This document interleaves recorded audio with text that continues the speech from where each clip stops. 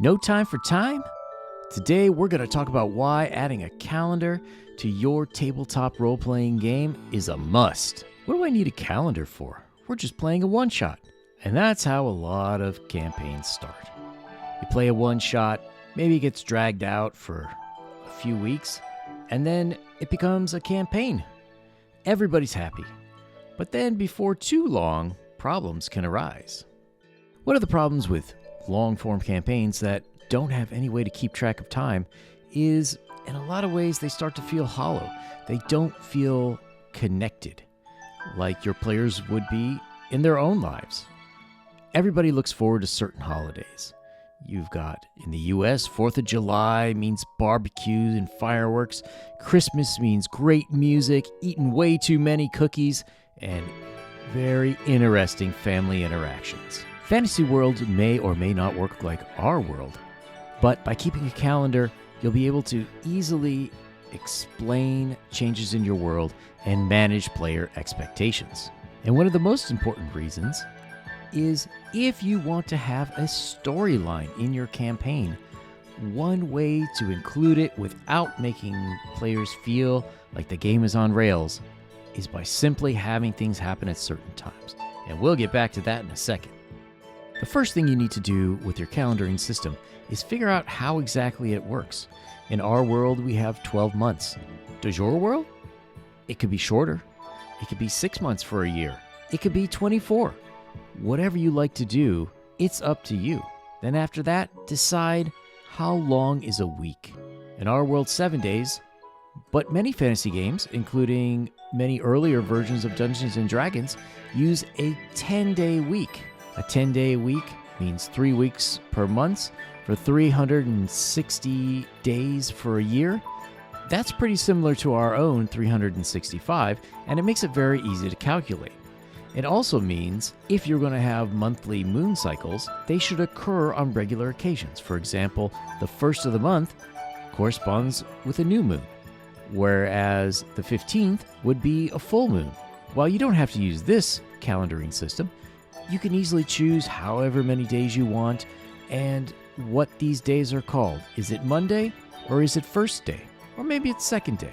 Many other languages just label days of the week and months of the year by a number and then month. Now that we know how long a year is in your system, it's going to impact what happens in the seasons. Most of the Western world would say there's 4 seasons. Originally, it started with spring, summer, fall or autumn, and then winter. Now, in many Asian countries, they would say there's 5 seasons. You start with spring, you have summer, and then a long summer, which corresponds to a monsoon season. Then you have autumn, then you have winter. What are the basic weather conditions for each of these seasons? What does the temperature look like? And once you decide those, you can easily have character expectations for, I can't wait until it stops being cold. Oh man, I really hate the summer. We need rain. Now that we know how the calendar works and we know what the seasons are like, it's time to start throwing in some holidays. So there's many things that countries will have in common. For example, there's always a national day, whether it's where you got your independence, the day your king was born, whatever. There's usually some kind of a festival in every season. You have a harvest festival in the fall, you'll have some kind of summer festival. In the middle of winter, there's usually a lot of drinking and eating meat when you can't grow vegetables. And in the spring, everyone gives thanks for the plant life coming back. Then, you have a lot of different religious festivals. And you can check out my videos on why religion sucks in D&D and how to fix it for more specific examples of religious holidays. So we've got how your dates work, you've got how your seasons work, you've got how your holidays work. Okay, what else is a calendar good for? Well, very simply, your characters generally need to rest and train in order to level up.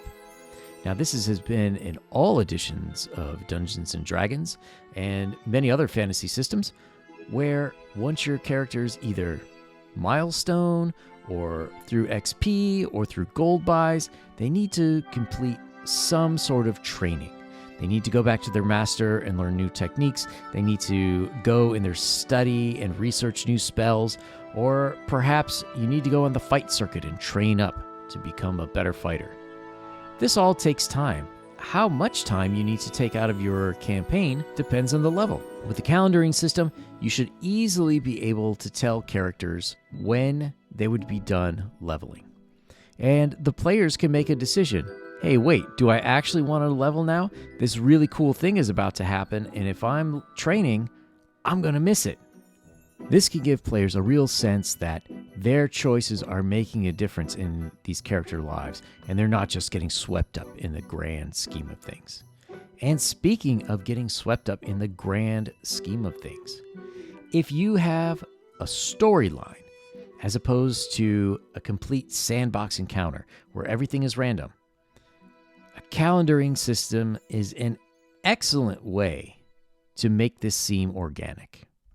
How you would use this is before the campaign starts, or perhaps once it's going along, you add specific events into your private calendar. For example, let's say through the character's actions, they defeat one enemy, but somehow their god revives those enemies into a horde of undead. How long would that take? If your players go back to their village and they're hanging out, maybe it's not until a month or two later. You just let them continue on with their lives, having whatever random encounters or allowing them to go for whatever daily quest or perhaps their own personal backstories. And then when that date hits, wham! One way I like to think of this is, let's say you're playing a World War II tabletop role-playing game, and your party is a bunch of French partisans fighting the evil Nazis. Well, come June 4, 1944, whatever they're doing in France, D-Day happens, and then they have to deal with the repercussions. In this way, it feels much more organic. This also helps with milestone leveling, where perhaps there's certain days of the year that are mystical or religious in nature that will allow your players to level up. One of the often overlooked benefits of calendaring is that you can keep track of just what the heck happened in your campaign and offload that responsibility to players. You can give them a calendar and tell them to write what they did on what date. Make it part of their character class. Certainly one of them is going to be some form of a scribe, a wizard, a priest. You could take their notes, make your own copy, and then compare that to the other kingdoms in the world. What is going on with them at certain dates? How does that affect the kingdom or the local area that your players are in? Using a calendar provides a wonderful chance to increase the relatability of your world, make it easier to use, and just have more fun for the players. Thanks a lot for coming back. If you could, give this video a like, subscribe, and I just want to mention Empire of the Undying Sun. That's my campaign. It's going to be crowdfunding later this year. Click the link below in the description in order to check it out, sign up for the newsletter, and you'll be all set when it comes out. See y'all real soon.